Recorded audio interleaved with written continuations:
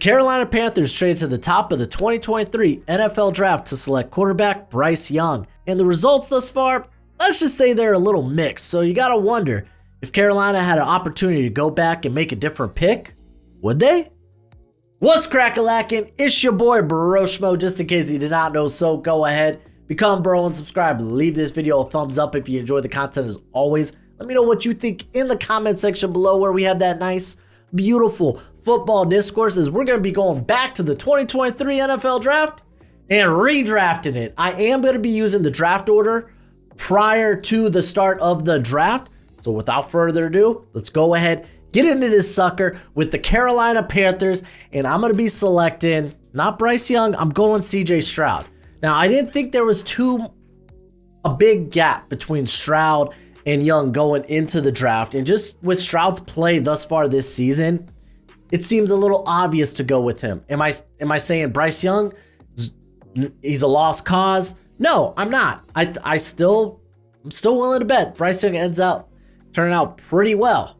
At least we'll see when Panthers hire a new coach. But Stroud's just been that good this year that you can't go with any other pick at number 1, which makes pick number 2 here, the Houston Texans, a little bit more sad. Now, I could go with the quarterback. I'm not going to lie. I kind of thought maybe I could go with an Anthony Richardson here. That would probably be the next guy up, as he had a strong start to the season before, well, getting hurt.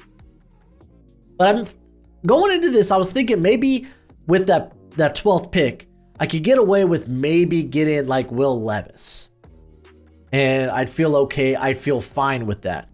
So instead, I'm going to take the best non-quarterback prospect in this class, Jalen Carter. I think DeMeco Ryan would love that pick. So we're going to take Carter. He's off the board. Arizona Cardinals, no trade back here. We're picking at 3. I would have loved Jalen Carter. I really would have. But instead, I think I'm going to go with Will Anderson. I think he was unanimously, there's the word, the number 2 defensive prospect in this class. As you can see, this is a team desperate for pass rushers. We're going to go ahead and snag him here. Indianapolis Colts, I'm not going to do any funny business. I think Anthony Richardson looked good to start the year for him. And he's just a different type of animal that's going to give DCs next year just all kinds of trouble when it comes to game planning for him. So I'm going to stick with Richardson here. Seattle Seahawks. Well, I think I'm actually going to stick with the original pick, man. Devon Witherspoon has been money. He's been a wonderful pick. And you can make a good case that he can be defensive rookie of the year as well. He has played that good. So we're going to just keep this pick the same. Now, the Detroit Lions, this is where they traded back with the Cardinals, moved back to 12, eventually took Jahmyr Gibbs. I'm not going to do that because I'm not doing trades in this. And again, this is the draft order going into the draft. I'm going to stick here and I'm going to help that secondary. I'm going to actually select Christian Gonzalez. Real unfortunate, like he had a really strong start to the year with the Patriots before having a season-ending injury. And I think, he's got to go top 10 at this point. Like looking back, I don't know why he slid. He ends up just being a really, really good pick. Oh, Las Vegas Raiders. I'm not taking Tyree Wilson.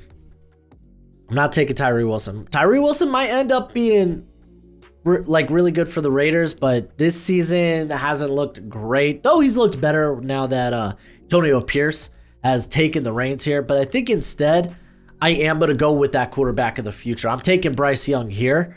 It's a shame that Josh McDaniels will be the guy, but they got Jimmy G there. They don't have to start Bryce Young right away, and they'll probably wait till Josh McDaniels eventually gets fired. Antonio Pierce takes over. And he's like, nah, I'm starting my rookie quarterback, much like he did with Aiden O'Connell. Not Philadelphia Eagles. I get my bird teams confused. I'm sorry. Atlanta Falcons. I'm not going to lie to y'all. I was every bit tempted just to keep this pick, Bijan Robinson.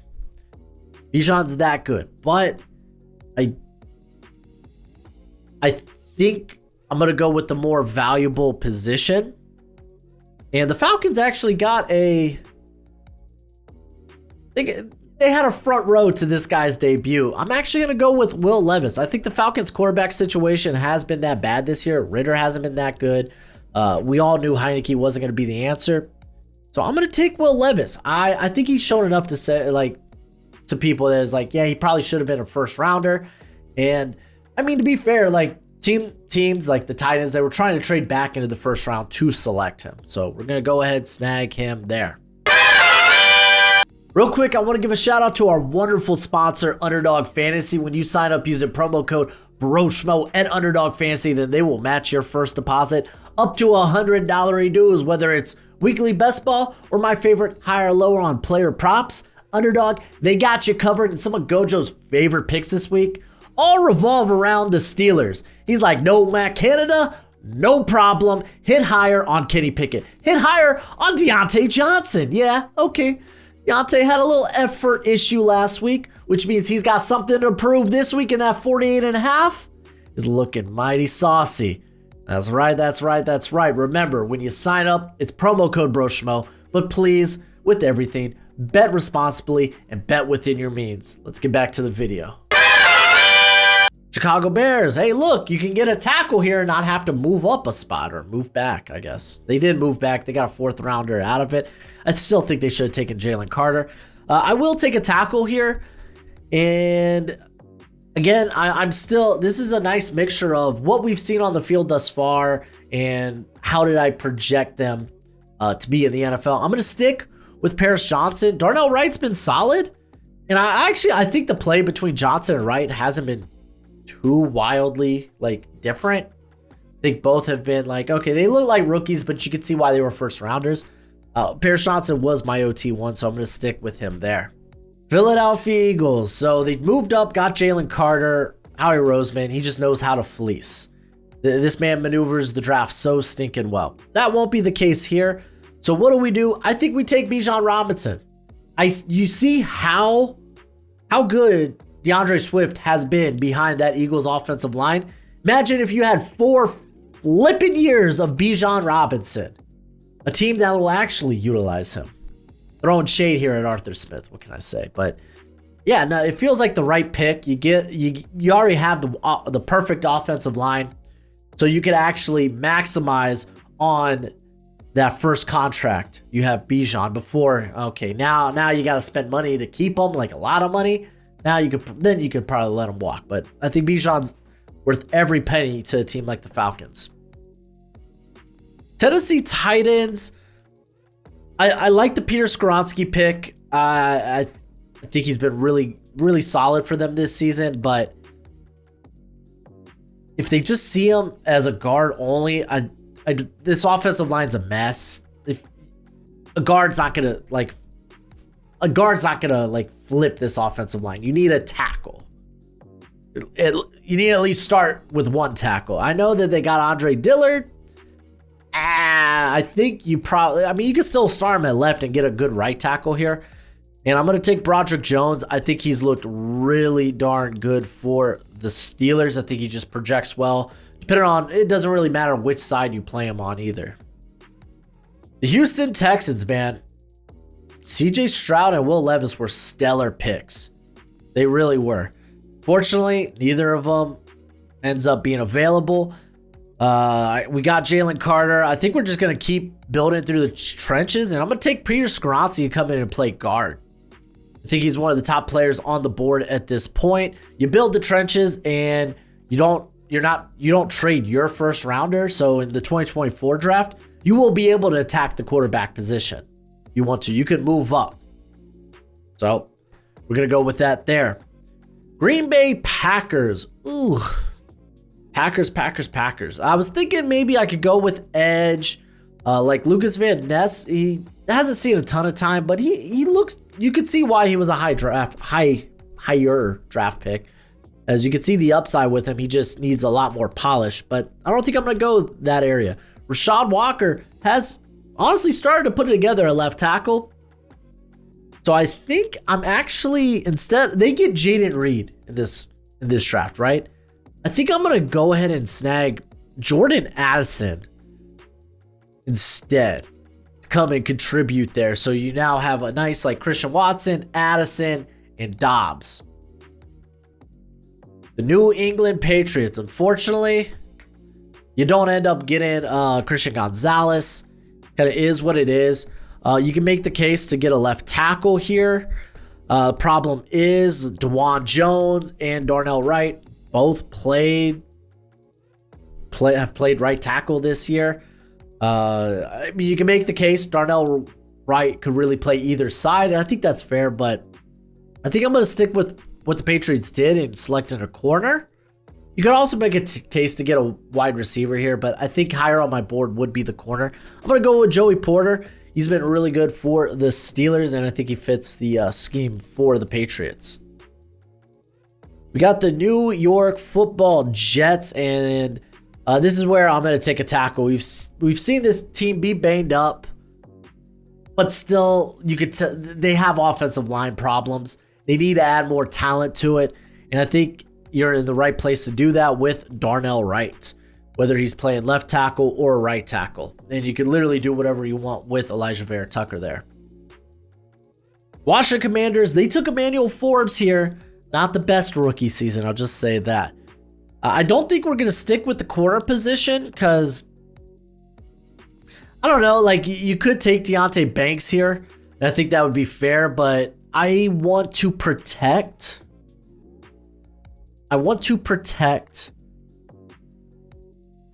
Sam Howell.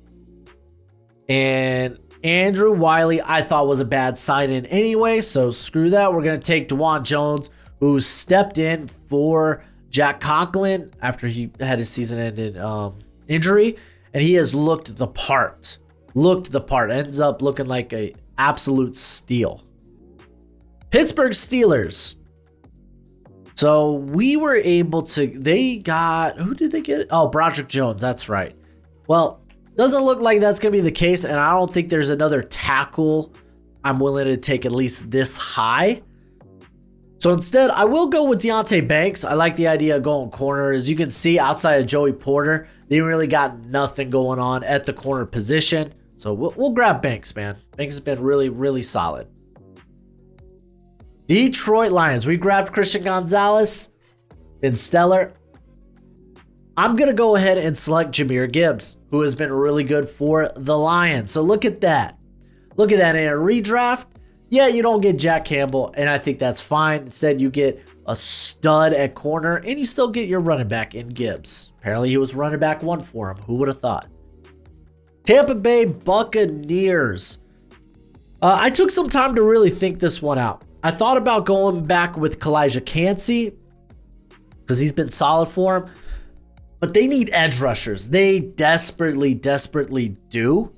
And Kancey's playing more of like a 5-tech role for them. He'll sometimes kick into the B gap. And I think I'm willing to take the time to polish Lucas Van Ness because the traits are really that good with him. So he's going to end up being the selection here for the Tampa Bay Buccaneers. Seattle Seahawks, they grabbed Devon Witherspoon with their first pick. That was great. So it was so nice. We did it twice. Here at 20, you could make the case to go with Jackson Smith-Njigba. Instead, I'm going to go with the receiver who has the most receiving yards in the league of any rookie. I'm going with the smooth athlete himself. I'm going to go with the suave long hair of Puka Nacua to come in and be that slot player for the Seattle Seahawks. Jackson Smith-Njigba is not a bad pick either, but you don't have the injury concern because if you remember with Jackson Smith-Njigba, it was a soft tissue injury. Okay, well, I'm not going to lie to y'all. We're probably going to see some receivers fly off the board here. Now, the Chargers. Apparently they told... What was it? Apparently they were high on Zay Flowers, but they still decided to go with Quentin Johnston anyway. So let's say, okay, maybe they do want a Zay Flowers type of receiver. By type, I mean smaller and speedy. Well, I got small and speedy. I'm going with my boy Tank Dell, who has been fabulous. He was someone I was really high on during the draft process. It's nice to see him just out there in Houston killing it. So we're going to snag him here for the Chargers. Baltimore, they told Zay Flowers at the East-West Shrine Bowl, if you're on the board, we're going to take you. And I think that was a really good pick. So I'm just going to do the same. I'm going to take Zay Flowers now with the receivers kind of popping off the board. Which leaves Minnesota now like, okay, do we take Jackson Smith-Njigba? I don't think so. I think instead I'm gonna swing the bat on the upside of a pass rusher. We haven't seen him. He hasn't played a lot of snaps because he's kind of being mentored at this point by one of the best in the league in Hassan Reddick. The Vikings need edge help. I'm gonna get them edge help with Nolan Smith. Listen, I know you love the NFL draft as much as I do, and you're gonna want a nice hefty watch list of players during this college football season. Well, go ahead, check out my draft guide. You can purchase it for only $30 by Venmoing or PayPaling me. Links in the description. It's a one-time payment and you get it for this whole draft cycle and forever and always, technically. It's a Google spreadsheet, so send me your email when you send the payment. I'll get you hooked up. You will see my current prospect rankings and big board, my full evals. And guess what? It updates throughout the whole draft cycle. So it's a great purchase and it's a great way to support the channel. All right, the Jacksonville Jaguars. So with this pick, I think I'm going to go ahead and take, I guess technically the first safety off the board. Really, this is a slot guy, Brian Branch, who's been wonderful for the Detroit Lions. He could have gone a few spots earlier, but I ended up going for, I guess, higher value positions. But Branch has been wonderful, wonderful, wonderful. He'll immediately, I think, be an upgrade in their slot. I think it's Trey Herndon that they currently have there in the slot. But yeah, no, I really like this spot for him. To be fair, prior to the draft, Brian Branch, I projected a ton to the Jaguars here. Okay, we got the New York Giants. Oh, well, no Deontay Banks. So then what else do we do here for the Giants? I think one area you've really noticed is this team really lacks a pass rush. They just really do. Like even Kayvon Thibodeau, he's kind of struggled. He's had his ups and downs this season. So getting in, obviously Azeez Ojulari just can't stay healthy. So I think I'm going to go ahead and get them a pass rusher. And Toi Piloto, man, has really, really been impressive for the Chargers. So in a redraft, bam, welcome to the first round, Tully. Dallas Cowboys, they originally select Mozzie Smith. And I think Mozzie's going to develop into being a really good player. We've seen him a bit more the last couple of weeks. So I expect great things from Mozzie. But here in this redraft, I think I'm going to select someone that I think I had him. I'm pretty sure I had him ahead of Mozzie. I can't recall now.